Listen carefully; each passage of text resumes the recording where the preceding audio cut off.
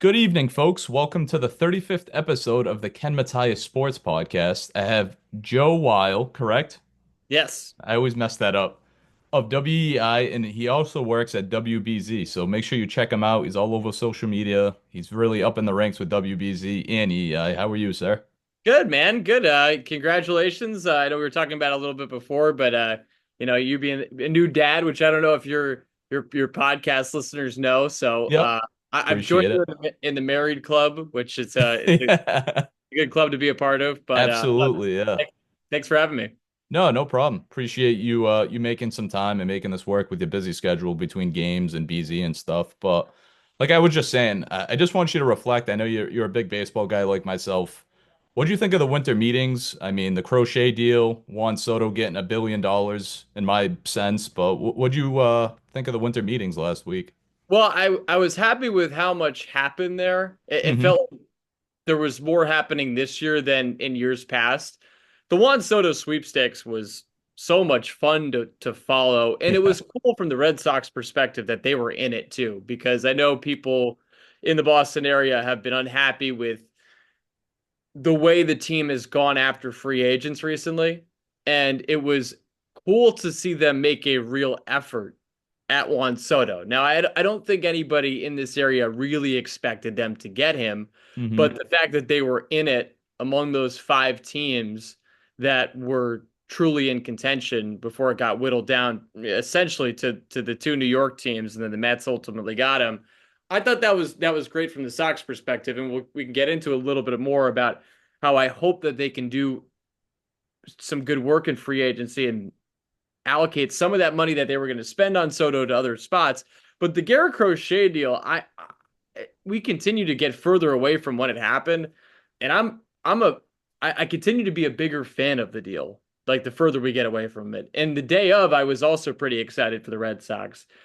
I think it was a deal that actually fit both sides fairly well, and I think in today's day and age, some teams try to get the better of another team, and I credit Craig Breslow in the front office for, and Craig Breslow specifically, because he was one that was on record saying, like, this is the time we need to get uncomfortable, and they end up going and doing that and trading away four top 15 prospects per MLB pipeline, and two top five guys in Braden Montgomery and Kyle Teel to go get a piece in Crochet. But I think this is like the guy you make that deal for, because he's 25. His stuff is electric, like best whiff rate among Hmm. pitchers with at least 100 innings last year. In the first half of the year, he was so good. I mean, one of the best pitchers in baseball. And then in the second half of the year, they just had to curb his innings. Still posted, made every start, but didn't go, I think, more than 4 innings in any outing Yep. because where his innings were at. But the strikeout rate was absurd. And if you're going to make a bet on any pitcher, why not this guy who's still young, about to enter his prime, and now is ready to like post a full season as a starting pitcher? Like, I don't think the Red Sox need to put any limits on him necessarily for this year. So to me, it worked out well. White Sox needed prospects. They got some. I think Kyle Teel is going to be a very productive big league player. And I think Braden Montgomery's got a lot of upside. And then you look at the other two guys. Wikelman Gonzalez was at one point arguably the top pitching prospect for the Red Sox.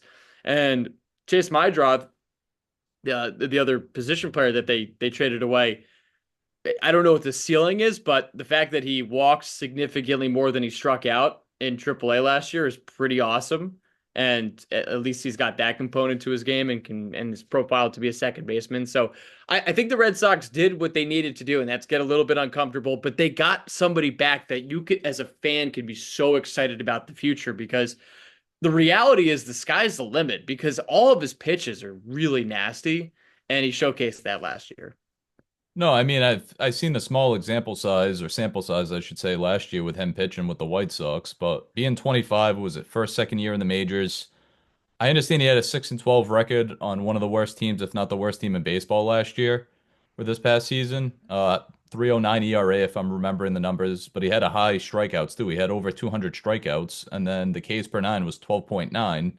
But unfortunately, he didn't qualify because what was it, like a certain innings limit or whatever it was you needed? Well, because in the second half, right, he had to curb his innings, Hmm. and this was why the Sox couldn't, White Sox being the team I'm referring to, they couldn't make a deal to send Garrett Crochet away because he wanted to. He was telling teams like, "Hey, I want to continue to start, Yep. and you're not just gonna like throw me in the bullpen. You know, I like being able to start games and keep that going, that routine. And then on top of that, he wanted an extension from whatever team was going to trade for him. And there were some people that criticized him at the time, but I didn't quite understand the criticism. Like, how do you not understand that this guy that's had Tommy John surgery before and is now thrusting himself into a starting spot and throwing more innings than he ever did in his life by a pretty significant margin, that he wanted some reassurance that he was going to be taken care of.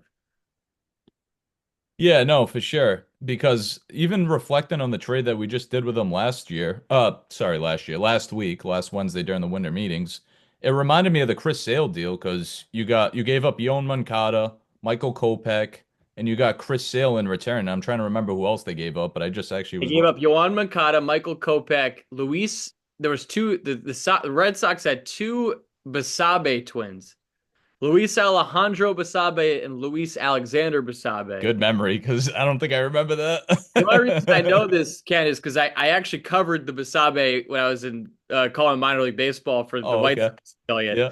So we had the Alexander Basabe on the team. Anyway, he was the third prospect, and then it was Luis Diaz was the fourth, or Victor Diaz. I'm sorry, it was Victor Diaz, the fourth prospect. Anyway, two of those guys ended up becoming big leaguers that most people know in Moncada Hmm. and Kopech. No, I mean, I know we were talking briefly off air. I'm like, it sucks to give up on a 22-year-old Kyle Teel that you just drafted 14th overall in 2023. And I'm like, he was supposed to be the catcher of the future. Idolized Veritek, whatever it was. He was right, put in the right situation. I mean, getting drafted out of Virginia. He was what, like a top catcher, a top player for the ACC, if I remember a couple of years ago. So it was like, when I seen Kyle Teel, I was like, dang. Granted, we got Crochet, we got a lefty, you got a top of the end or starter rotation ace. I mean, top whatever, three, four guys. But your take on Teal, you said he's going to be probably an MLB, star eventually. But how was your first reaction when you seen Teal was getting shipped away in the deal just for Crochet and then amongst the other guys? So I actually don't know if he'll be a a star A star. necessarily. I Okay. think I think He'll he'll be make a it. productive big league player at the very least.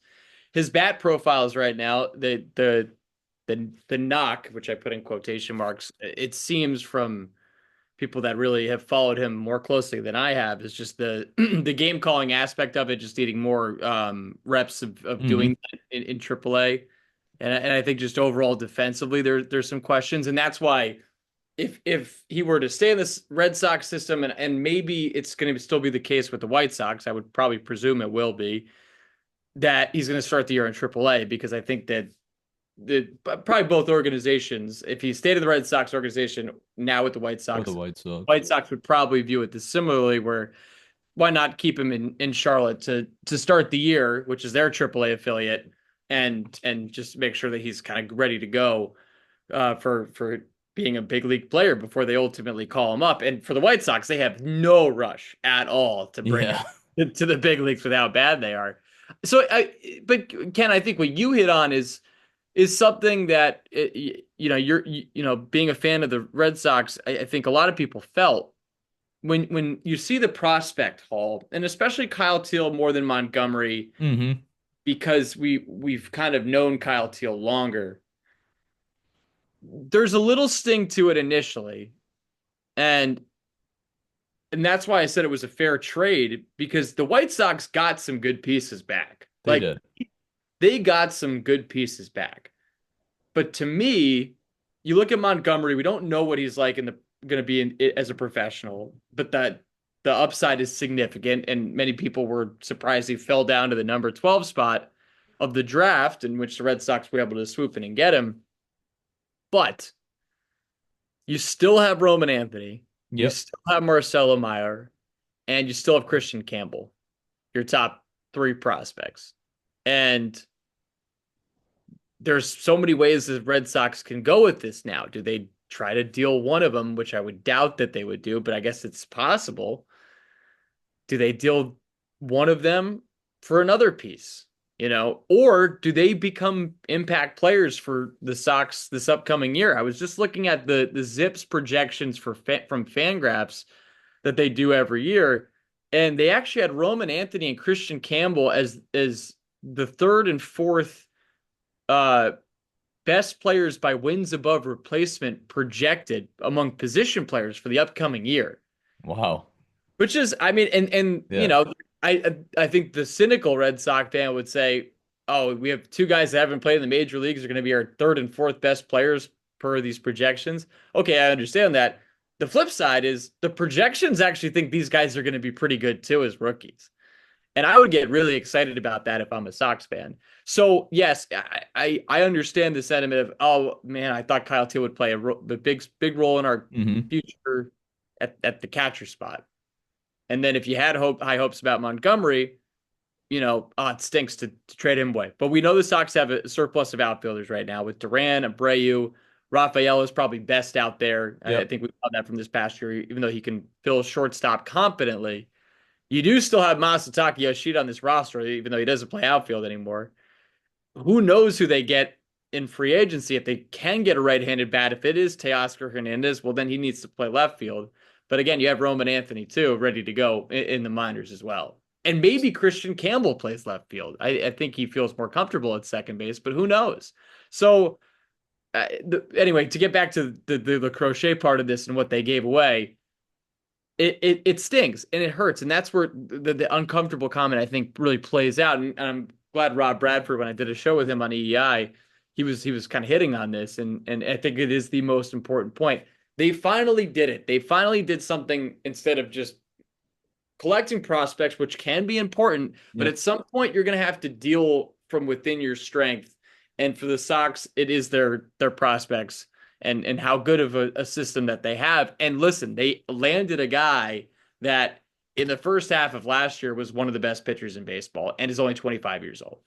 No, that's great points there, and I'm glad you brought up Roman Anthony and Kristian Campbell. Obviously, Kristian Campbell was what, the minor league top prospect of the year, whatever he was, and for the Red Sox organization last year. Yeah, it was Kristian Campbell was the Baseball America minor league Base, player of the year. that's what it was, And Baseball Roman America. Anthony is the number one prospect in baseball now. So that's pretty good, you know. You're two for two, having the minor league player of the year and then the number one prospect in all of baseball in Roman Anthony. But good thing, like I said, you brought them guys up because do you think how they do in spring training or how they do that month of March, February, March, that they will have earned maybe a roster spot to be part of the what is it, 40 man roster when it's all said and done by time opening day is? Well, I think see this is interesting in terms of like talking about these two guys for the upcoming year because I guess if I were to put my money on it, I don't think that they'll be on the major league roster to start the year, but it's entirely possible. And it, honestly, like I say that with like maybe like 45 as of right this moment, 45% of me thinks they make the big league roster. 55% they don't. But it's possible. Now, the interesting thing too right now is that neither of these guys are on the 40 man right now because they don't the decision doesn't have to be made right now at this current Hmm. time. Obviously, they make it to the big leagues and they continue to, like we continue to get closer to that time, that would change. But Kristian Campbell, I think, has a legitimate chance to compete for the second base spot because Vaughn Grissom did not have a good year this past year. And as for Roman Anthony, I think finding him a spot might be a little bit more challenging, but never say never because if he pushes the envelope and he was good in Worcester last year, I guess anything is really possible. But I think for Campbell, the path is a little bit more clear because again, Vaughn Grissom had a year from hell last year Yeah. from an injury standpoint, and the fact that the guy that he was brought in was part of the deal, the one for one, ends up winning the NL Cy Young Award and Go Chris. figure. So uh, it couldn't have worked out worse for the Red Sox, even if I thought the process for that trade was actually pretty good. But sometimes it just works out that way. But it'll be interesting. That's one of the things going into spring training that will be question marks. And I there's still a lot of questions on this roster Hmm. terms of how it'll ultimately look going into next year. Like Tristan Casas is being thrown in trade rumors, which I'm pretty surprised by the idea of Rafael Devers moving to first base. Right now, I'm not crazy about. He's So still too young to play first. I feel like nothing against Cassis because he's younger. I mean, a first baseman should really be a guy that, I don't know, is older. I'm not saying, like the Pete Alonsos of the world, but I feel yeah, I like don't think it's not like where you go to die, that's probably a bad reference, but a lot of guys just play first later in their career, basically. I yeah, mean, it's it's a not. hit or miss, I guess, because Alonso kind of has always been a first baseman. Now you got Cassis being young at first, so I Yeah, don't and I know. That's my point of view. I Yeah, I could think be with the wrong. Devers thing, I don't know if it's the age thing as much as like if they really want to improve the infield defense. I don't know how comfortable I feel moving a guy that wasn't good at third that To to, first. to having these conversations that we're moving him to a position he doesn't have much familiarity with, you Yeah, know. So that's where and then on top of that, you're trading away Casas, who has significant upside, like 40 home run upside, he does. who is still under team control, I think, till 2029. So I don't Yeah. know. That's where it gets, I think, pretty confusing in terms of the logic of trading it. But smart people in the Red Sox sphere have said that that Rafi can do it at first base, and I that's the part of me that doesn't completely hmm throw it out the window. But right now, at this current place, December 19th, 2024, I don't feel too comfortable with it. See, it's a good thing you brought Cassis up because I know there was obviously more push out of reports, whatever it was, coming out of Seattle. They're targeting one of their aces. Luis Castillo comes to mind. I'm like, all right, this guy's been around for a while. I remember him with the Reds. He was pretty dominant with the Reds. Went to Seattle. He's been okay, so. What would you think trading Castillo or one of their top aces? Would that obviously improve the Red Sox rotation? But what's your thoughts on moving away from Tristan for one of their top aces? So it's interesting. I For Castillo one-on-one, I don't like it. Yeah. I Older like guy too. I like Castillo as a hmm pitcher. The I problem do is too. he's more expensive significantly. Like I think he's making 32 a year. I'll check that right now. Wow. But and again, you have Casas, um, who's on the cheap, and the hope would be long term that maybe he can. I'm sorry, it was 24 a year for Castillo, but That's still high. yeah. And so I don't that would make no sense to me, because if you're gonna make that type of move, why not just go spend for Corbin Burns or or I don't love Jack Flaherty as much as Corbin Burns, the idea of bringing him in, but why not try and sign Jack Flaherty and not have to deal with a guy who could be your cornerstone at first base for, at the very least the next half decade here coming up. Not to say Costas doesn't have any question marks around him. I'm a huge fan of the player, but he was hurt hmm last year. There seemed to be a little bit of discord with some of his comments about his injury this past season. It's like, to me, you'd want to go after one of the younger aces, like a Bryce Miller or a Brian Wu for the Mariners. And what's crazy, um, you know, in terms of that dynamic is the Seattle Times has reported that the Mariners shot down the idea of a one-on-one offer for like Bryce Miller or Brian Wu for Casas, which, not to say like it's a slam dunk, but I can't believe they would just shoot that down when they have all these offensive troubles, and like the hmm Mariners have there's so much pitching, but they can't hit, and you're not considering this guy that, again, that has the 40 home run upside. Second half of his rookie season was one of the best 10 hitters in baseball. So um it's possible that they uh trade Costas, and again, I'm surprised it's this much of a question going into the offseason, but I guess they have to explore every avenue they can to try to get more pitching. But I think the way I'd feel about it is I like him at first base. Let's give him another year to figure it out and put it together like he did in the second half of his rookie year.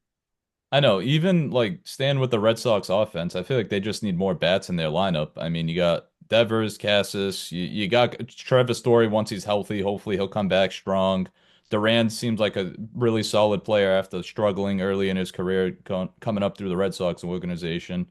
They have pieces, but how you mentioned Teoscar Hernandez, I would love to have him. Guy that's what, 30, 32, can hit a buttload of home runs. I mean, was a big offensive piece for the Dodgers. I mean, obviously Otani had 95% of that, my opinion, but I know they got Freddie Freeman and other options there. But if you bring in a guy like Hernandez that's playing in the AL East, would be open to Boston, but obviously chose LA over Boston last year. I mean, how much of an impact would you see him having at Fenway Park and helping this team be at least top two or three in the division? Well, he hits really well at Fenway, so Yeah. I would continue, and he knows it too, and he has hmm interest in being a part of this organization. If 2 years in a row now, I want to well, say. but listen, money talks, right? So Yep. if the contract is not where he wants it to be, he's not going to come here, and so it's up to the organization to make him an offer that he feels is worthy of coming to Boston and taking advantage of Fenway, where he's been a really good hitter. And yeah, he's just been a good hitter overall. The money was well spent by the Dodgers because he had some really big hits in the postseason for them. And by all accounts, seems like a great clubhouse guy too. The right-handed aspect of the order to me is fascinating with this team because you hit on a lot of names like Duran, Casas, Devers, um, Even Abreu too, even though he's Abreu. a Yeah, lefty, right? yeah, Abreu's a yeah, yeah. lefty, You yeah. have Abreu as you have Abreu as well. This team does have a lot of good left-handed hitters, but you want to couple that with Yoshida too. Like you want to couple that with more right-handed balance. There were hmm times I will say, Ken, there were times last year when the offense was just rolling. I not completely discarded the idea of lineup balance, but I definitely was like, you know what, whatever. Like you have nine lefties, so be it. But as the season went on and they faced more left-handed pitching, left-handed starters, it dawned on me that they really could use more balance. I think Hernandez is a good fit. They'd have to figure out with the outfield situation because they do have a decent amount. And then again, like it sucks that they have the Yoshida contract, even though I still think he can be a competent hitter, and he did hmm show that last year. But just for what he's being paid per season, it's a little bit of a roster clog, especially with how little Alex Cora wants him in the outfield, which is not really at all. He's trying to avoid it at all costs. But they could use a right-handed bat. And people talk about Alex Bregman. I've not completely sold on it, but I'm more into the idea than I was when I first thought about it. So again, this is what we're talking about. Like there are a lot of decisions that still need to be made, for this offseason because it shouldn't be done yet for the Sox. I don't think it is. And the way it'll unfold will be really fascinating. No, for sure, because I mean, obviously I want this team as a fan, as whatever. I mean, media fan, whatever I would be. I want this team to improve, And I want them to be in postseason contention because it's been already 3 seasons where they came up short against the Astros in 2021. I think it was like game 6 they lost. And I just want to see them improve basically on all ends of the baseball operations. I don't care if it's from the infield, the pitching, outfield, whatever analytics guys they need to do. It's just the game's changed over time. And obviously, I know you're a little older than me, Joe. And I'm glad they kind of like went away from the shifts. I know I'm getting off the Red Sox topic and they banned them, but I just like the way the game was played when we grew up playing Little League, whatever it was, T-ball, instructional league. I like the way the game was just basically playing then, basically in the majors. So. I mean, whatever they need to do, they need to improve. One other person, I know I'm getting probably a little sidetracked here. I'm kind of going back between the pitching and the hitting of the offense. Uh, I want to say I'm pronouncing his name right, but it's Roki Sasaki. Am I saying his name right? Sasaki? Sasaki. Yeah, did I say his name completely wrong? Yeah. What? Sorry. No, that's What fine. I was trying my best. What's your thoughts on him basically signing with the Sox? And I know they've had a lot of interest in Japanese pitchers going back all the way to Daisuke at least 15, 16 years ago, whenever it was, and signing these big top names like Koji Uehara, stuff like that. Yeah, I mean, I'd be for it because I think we've seen a lot of really good starting pitchers come from Japan recently. You think about this past year with Imanaga, Shota hmm Imanaga, um, Yamamoto.